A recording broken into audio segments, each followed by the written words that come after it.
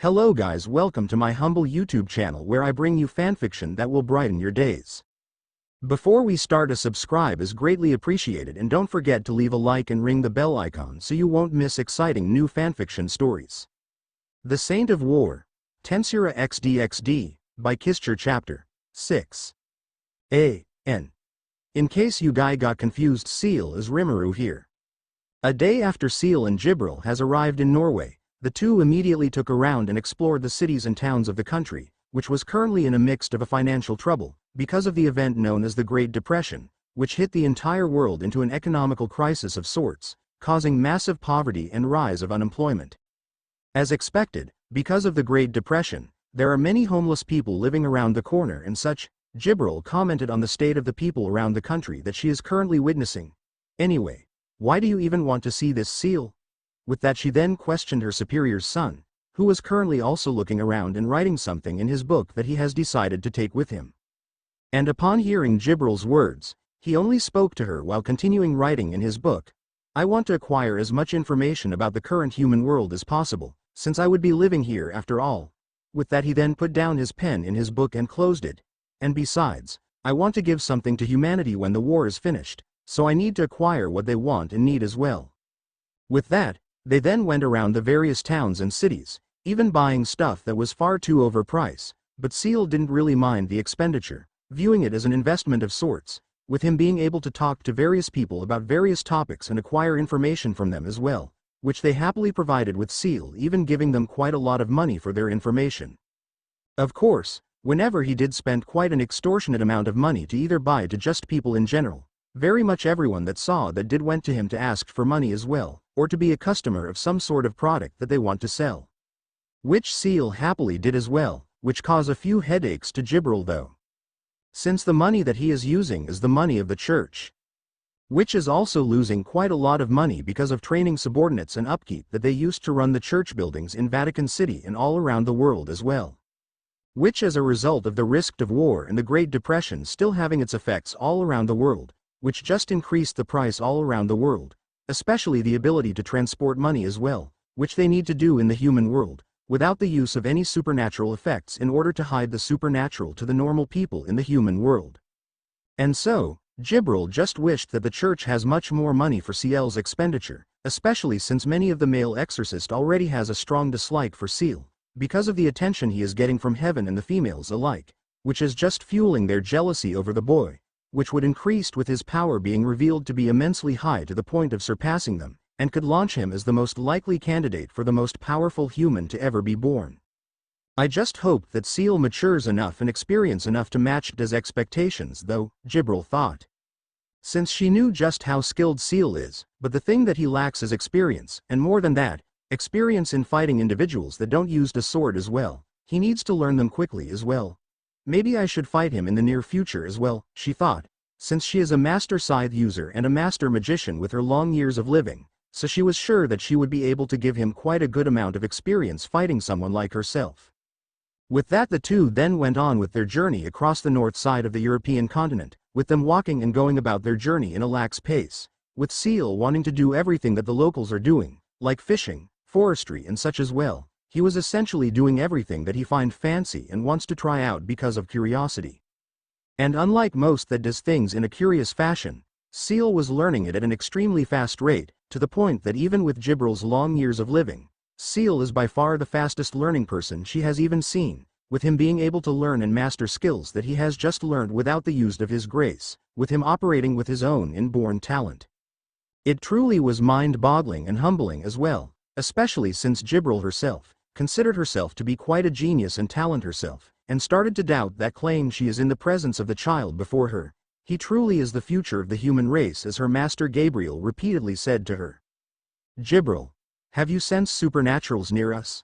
While Gibril was thinking about Seal, Seal suddenly surprised by his words, causing her to also sense the presences as well.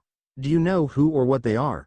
To this Gibril nodded, knowing who or what the presences are, fully recognizing them when she followed her master in the Norse pantheon.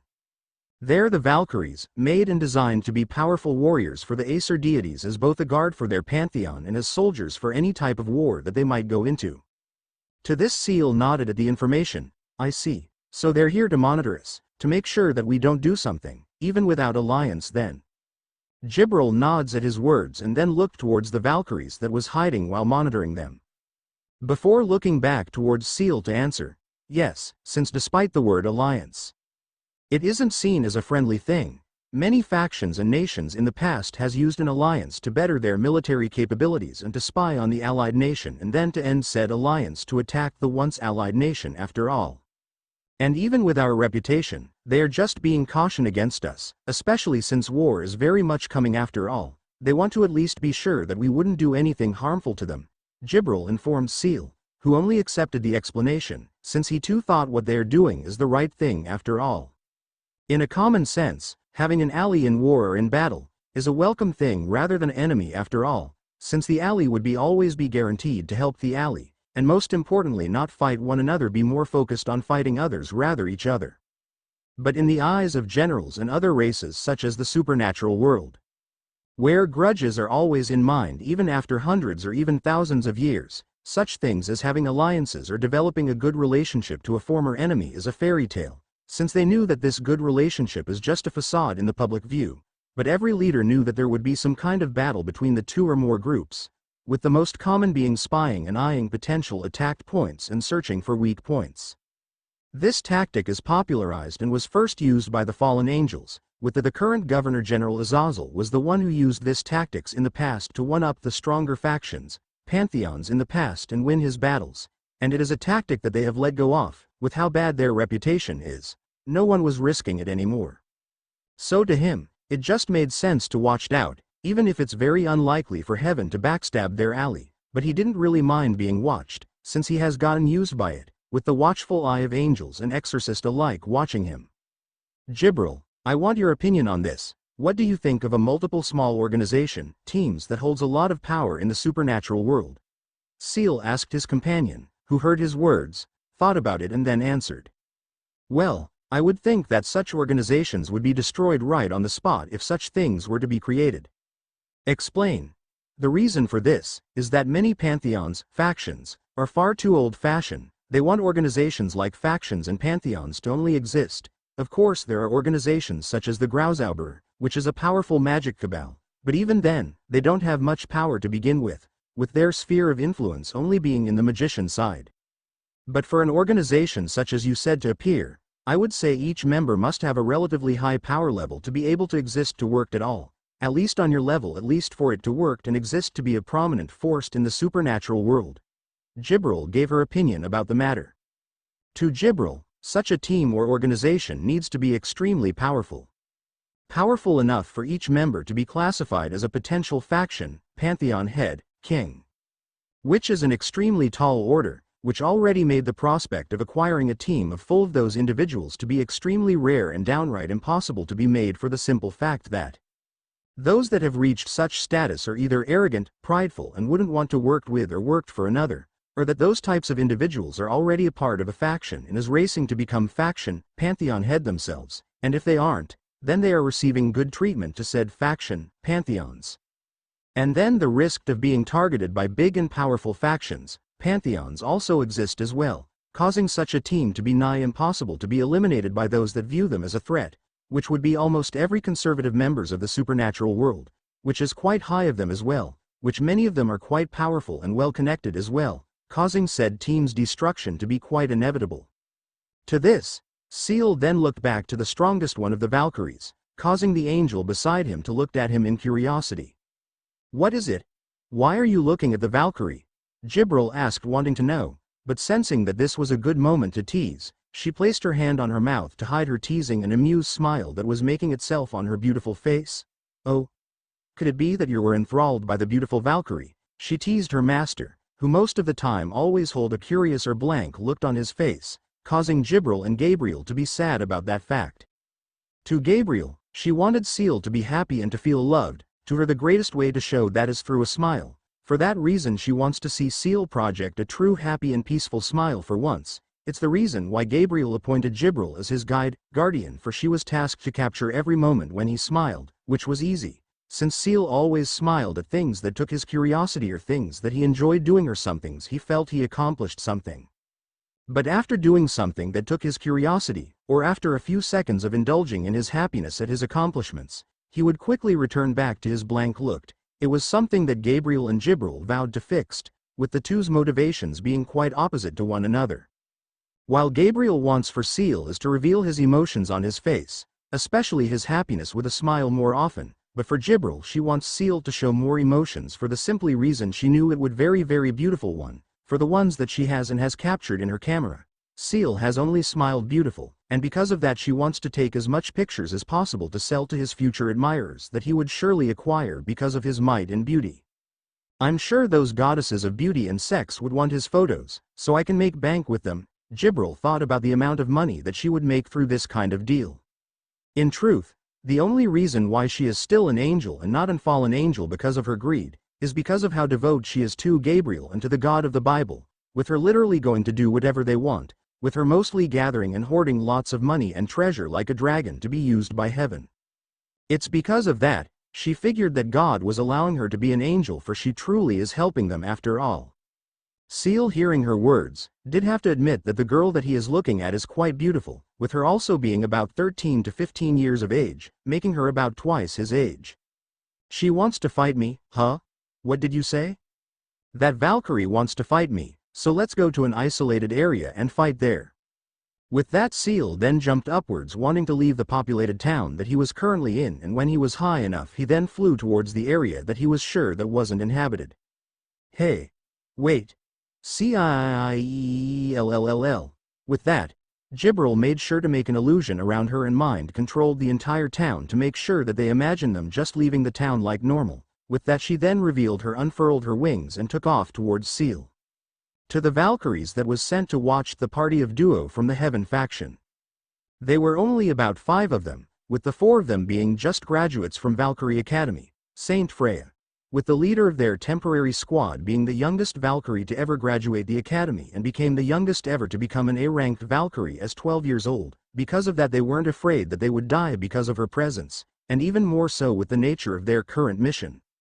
Their current mission was just watching over the duo from the Heaven faction. But because of the nature from the Heaven faction, none of them were really thinking that they would do something harmful to them, especially since they one of the few factions that actually keeps their word in, so they just sent in a team as in what if and the possibility of other factions, pantheons trying to kill the 2 of them or causing trouble. As for the leader herself, she is Bianca Atigina, codename Durandal. She is the youngest and most talented Valkyrie to ever been born in history. With her being able to reach A rank as a 12-year-old, with her getting stronger and growing ever since as well, and unlike most of the Valkyries, she is a battle maniac, wanting to fight rather than do their duties, with her mostly staying and fighting the Aesir gods, wanting to improve and get stronger, but because of the potential of war, her duels and battles has lessened, wanting every warrior of the Norse to be tip-top shape for a potential war going to any time now. Because of that Bianca almost has nothing to do for most of her time, with the only thing that she does do is to train, or spend time with her little sister. Other than that she mostly sticks around the training grounds to potentially battle other Valkyries or gods that passed by, with them mostly declining for they have worked. Because of this, Bianca has been doing missions for the Norse pantheon, wanting to relieve herself of the boredom that she is feeling right now, but when she got the surveillance from Lord Odin directly, at first, she merely thought it would be just be watching over some angel and exorcist having a vacation of sorts, but when she first saw the 2 of them, she was instantly locked onto the bow man. The first instant that she saw the duo, she instantly forgotten about the angel besides him, with her only focusing on the man before her sights. In truth she was sure that the other Valkyries was doing the same thing as well, since even for her, a battle maniac, needed to admit that the boy is extremely beautiful and handsome, with it someone being able to be perfectly merged together, especially with his eye-catching azure hair and mesmerizing golden eyes.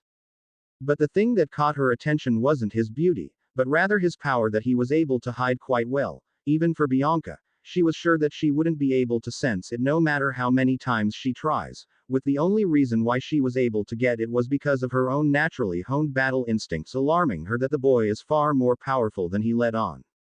It was an instinct that was still flaring out, and with it was saying that the boy is at least, or even more powerful than her parents, Siegfried and Cecilia, 2 beings that she viewed as the best fighters one could encounter in the supernatural world, and right now a mere boy no older than 7 was emitting an aura and presence that was on the same level as her parents, and it lit a fire in her to battle boy in a one-on-one combat.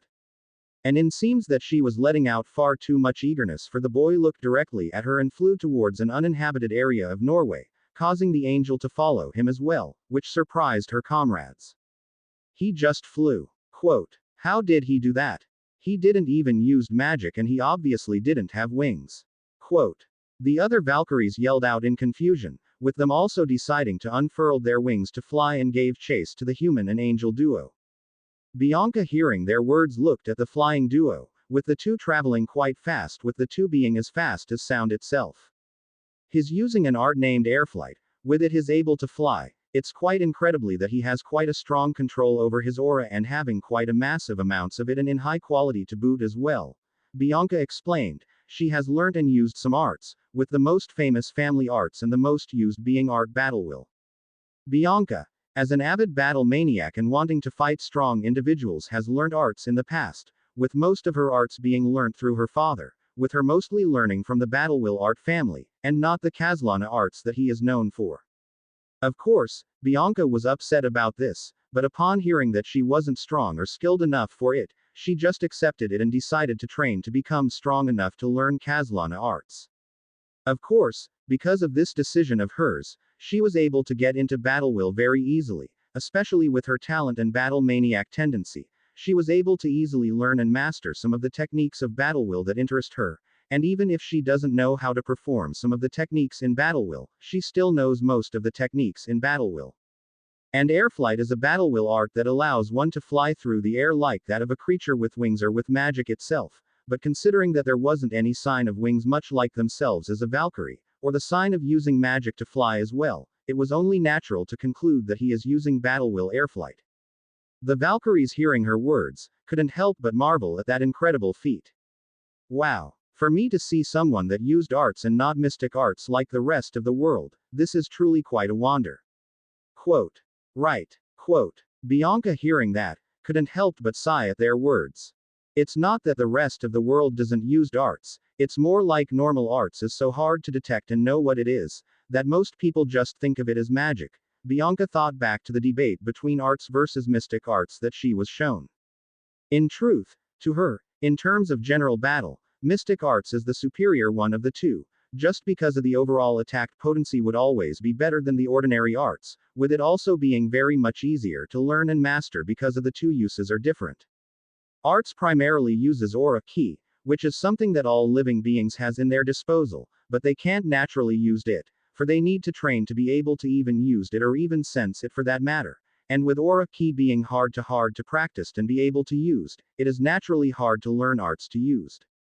But mystic arts on the other hand only needs magic aura to work, and that only needs for mana itself and basic mana manipulation to be able to create magic aura, and with that the user could use mystic arts and with the added bonus of supernatural effects thanks to the possibility of magic being added into magic aura. Mystic arts is by far in the way the stronger one over the two in terms of pure power and effectiveness. But that doesn't mean that arts is useless in terms of effectiveness, since Bianca was able to learn it from her father, who has lived for centuries, was able to give his wisdom to Bianca and was able to find out that arts is by far in the way more effective in terms of strengthening the user's overall power and technique.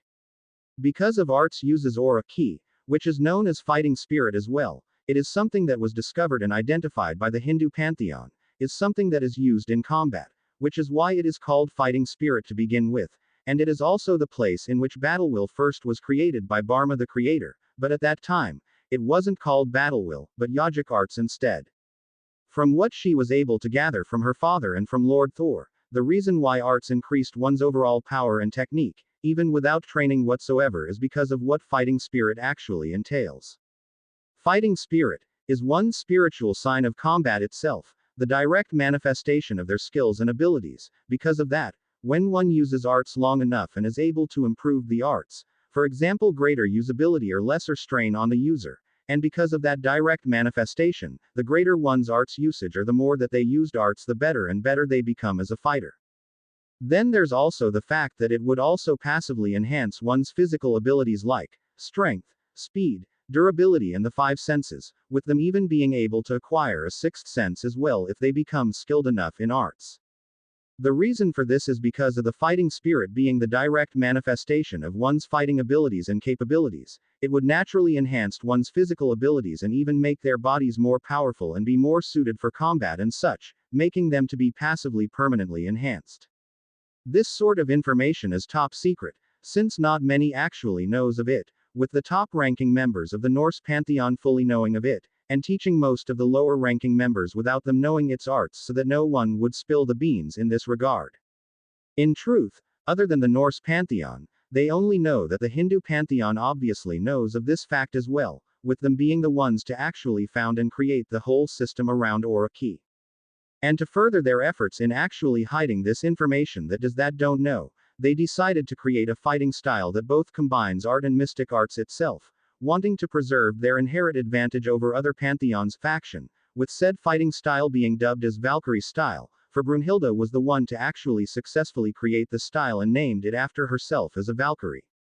Bianca, seeing that the duo was now lowering themselves to the ground, signaled the rest of the Valkyries to follow her and hurried their pace and safely arrived on the ground, with them just being about 20 meters apart from the duo. Bianca, seeing this and the look from the man was giving her, she couldn't help but smile at him, for figuring out what she wanted from him. For you to sense my presence, despite me hiding in the forest blending in, you were still able to see me and noticed what I want. To this declaration, Seal only walked towards Bianca, who did the same. The others hearing her words, they couldn't help but be surprised by this, with the Valkyries looking more and more afraid of what was going to happen and Jibril just curious on how powerful the girl was, since she sensed that she is preparing for combat. No. Why does the human have to be powerful? Single quote. Lord gods no. What should I do in this situation? Single quote. The other Valkyries was despairing at their current situation, since they knew that they are going to be in fault because of they didn't stop or warn her. But they also knew that those things wouldn't really phase or do anything to Bianca, since she would just see it as another form of training as a punishment which would make her improved. Which she generally does, even if it's entirely useless and isn't even training, with her being able to form it into a training exercise somehow. Well, it was quite easy with how much eagerness you were actually releasing, so it was quite easy to figure you out and your desires to battle, and besides this would also help me. With that both of them stopped, with them being 5 meters apart from one another. Oh, how so? Bianca said, while revealing her lance that was loaned to her by her mother for use, with it being unique grade. It would allow me to see how the Norse fight. With that, Seal then revealed his sword that was given to him by his mother, with it also being unique grade. With that, the two just stared at each other, while readying themselves for combat, with each other readying each other's movements for the perfect move that they could make. Bianca with that, then took a step back and then rushed towards Seal, destroying the ground as a result of her speed and strength, with her thrusting her lance when Seal was closed enough distances with all of her momentum and strength in her thrust, with the intentions to break his sword. Seal, seeing this, moved back by about 3 meters, completely missing him, but that moved already solidify the ranking in this battle for Bianca. He's the stronger one here, Bianca concluded, since she knew what she saw, and what she saw was that Seal was able to see it and react to it, in a way that wasn't far too concrete of a proof of power, but of speed instead. He should be stronger than me. I don't know about his skills and techniques, but let's make a safe bet on that he is also very skilled opponent, Bianca thought while looking at Seal. Seal on the other hand decided to limit himself in this battle upon seeing the level that his current opponent on was weaker than himself. I need to learn their technique, or the way they moved their energy at least. Seal only saw a glimpse of it, but he knew what it could entail, especially since it was very much different from Church Heaven way of manipulating energy. With that, he then placed a limit on himself and then went for the attack, and seeing this, Bianca reacted by thrusting her lance towards Seal, who only deflected the attack to the side and then delivered a clean slash towards Bianca's chest. Bianca, sensing this, controlled her entire aura on her body to strengthen it and then weaved through the side to narrowly dodge the attack and then slashed towards Seal, who ducked his entire upper body and then recovered to then thrust his sword towards Bianca. Bianca, seeing the attack, focused all of her aura on the striking point on the last second to see that the attack wouldn't hit any other spot, and with that she then put all of her aura on that spot alone, causing her to be sent flying from the blow. Seal didn't let out, and then sent out multiple aura slashes towards Bianca, who was hit by a couple of them, causing deep slashed marks to appear on her body and armor, but she was able to recover and reinforcement herself with aura and mystic arts, which was able to make her survive the onslaught of attacks. With that, Bianca then gathered her aura and mana towards the tip of her lance and then fired a beam of energy that was speeding its way towards Seal with speeds that was twice the speed of sound, with Seal just coating his entire sword in his aura and then slashed the beam of energy into two, causing it to hit the trees and the ground instead. With that, Seal then run towards Bianca, while sending out multiple aura slashes towards Bianca, who either weaved through them or blocked or destroyed them with her lance, and when Seal is closed, he then concentrated quite a bit of aura in his sword and then activated its fire ability and then sending out a massive arc of fire towards Bianca, who only moved to the side to dodge the attack.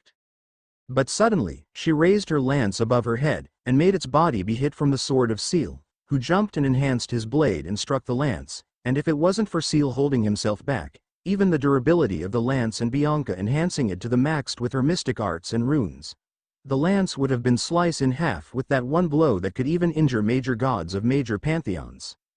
With the side effect of this one blow, being felt throughout of Norway, Sweden and some parts of Finland, it was a blow that caught many of the Norse and Slavic pantheons together, and some of the other pantheon and factions as well. Seal with that back away from the clash and looked upon the girl before him. "You're good, very good, but I noticed that you're not able to use your full power, or your full potential in this clash of ours," Seal said, wanting to know the reason for this situation. In truth, Seal knows the instant that he goes all out, he could have killed this girl with a mere swing of his sword. She is strong, but not strong enough to match Uriel in battle. She was still weaker, with her being of low to mid-ultimate class range in terms of power and have quite a good mastery of techniques, with her being a peak advanced martial artist at best, and with Seal being peak grandmaster, he could have easily beaten this girl before him. Bianca hearing his words, she couldn't help but laugh a little and then showed her lance towards Seal. "In truth, I'm more of a sword user more than anything else. With my lance skills and techniques are more so an afterthought for me to use, but considering that there are no other unique grade swords, with the blacksmiths of Svartalheim still in the process of making a weapon strong enough to be wielded by me." Seal hearing that, then turned towards his sword and then threw it to Bianca, who was surprised by the flying weapon and hurriedly grabbed it, right before it could pass through her. "Hey! What do you think you're doing? This type of weapon is expensive and one of a kind," Bianca yelled out to Seal, who only looked disinterested for a moment before he showed her a ring in his right middle finger, and upon seeing that Bianca looked surprised at it. "You have a spatial ring. Just how valuable does the Heaven faction see you anyway?" Bianca said in disbelief. To her, just having this boy in front of her, who isn't even 10 years old, having around a unique grade weapon, is already a sign on just how valuable he truly is, and how powerful the boy is, but now having a spatial ring, which is extremely hard to make, and extremely expensive to buy as well, and with him having it on hand, just shows to her just how powerful and trusted he is in heaven just to have these two types of equipment. Seal hearing that, didn't really react to it, with him already knowing just how expensive and valuable this items that he is equipped with are, and with that the ring glowed in a hue of blue and 6 red hilts appeared before his right palm. "I want to fight the full potential you. So used my sword for the moment and I shall use this things for now." With that, he then poured in some of his energy on the hilts, which then produced a blade of several inches in length. Black keys. Jibril thought upon seeing the 6 blades, so he knows how to use black keys. Well, it does make sense with him full learning everything that he can in the Heavens library, so it does make sense for him to learn how to use said weapons for himself. Bianca seeing the keys, she couldn't help but grin at the implications of said weapons in front of her and the type of person she was currently facing off, his a curious type, she concluded, when she saw the curious and interested look of Seal in front of her. He was curious about something, she didn't know if it is because of her, or his own curiosity about himself. But she didn't really question it, wanting to test out the power of this great weapon on her hands. "I'm Bianca Adagina, shall we?" Seal hearing her, didn't said much and just redid himself for round 2 inches Seal Tempest, "We shall." With that, Seal then threw 3 black keys to Bianca in an extremely fast speed, that nearly approached the speed of sound itself, and it was an attack that she was still able to react in time, especially with her having a weapon that she was truly skilled in. She activated the sword and then slashed the flying keys with a wave of flames attached to her swing. The flames itself was hot enough to be able to burn away metal itself, and with magic added to the mixed as well, it quickly became even hotter than that. For that reason she thought that was enough to destroy the keys, but unfortunately for her though, in the last second, she was able to duct her body forward, which saved her life, with the keys only scratching her right shoulder, and when it flew towards the trees, it completely obliterated them without remorse. Holy shit! Bianca thought while seeing the keys fly further and further away. But it didn't really catch her attention for long, for she stared at the rushing towards her, with another set to replace his earlier black keys from earlier. With that, the two then clashed once more, and much like Bianca has said, she was better with the blade than with the lance. She moved and attacked much more effectively and fluidly. With her, sending in various slashes and thrusts towards Seal, who only countered with his black keys, with him being able to redirect the attacks that was sent to him, by diverting the direction of the attacks to the side, or to the ground directly itself. Seal then kicked her stomach, sending her flying, but Bianca retaliated with a flurry of flame slashes that flew towards Seal, who only casually dodged each and every last one of them. With that he then threw another set of black keys towards Bianca, who has landed in the ground safely and then used the flat side of the blade to block the knives, but what she didn't expect was the force behind them were. What the is this church arts? Bianca thought, puzzled at the thought of this being the ordinary strength of this weapon before her. But she was able to hold her ground, and then sent away the black keys with one powerful slash, but unfortunately for her, Seal suddenly in front of her and then grabbed the black keys that was thrown from the air and then simultaneously slashed at her unblocked chest. Whoosh! Asterisk with that, her armor was sliced cleanly, with her chest also sending quite a large amount of blood as well, with her letting of the lent sword as well. Well, it seems that I was forced to exert more power than intended, but it did the job, Seal commented, while catching both her and the sword in one fell motion. It's quite an interesting art, Seal thought while remembering the way that he manipulated his aura. So this is how the Norse do it. I truly want to experience more, Seal thought while looking at the Valkyries that was rushing to his side.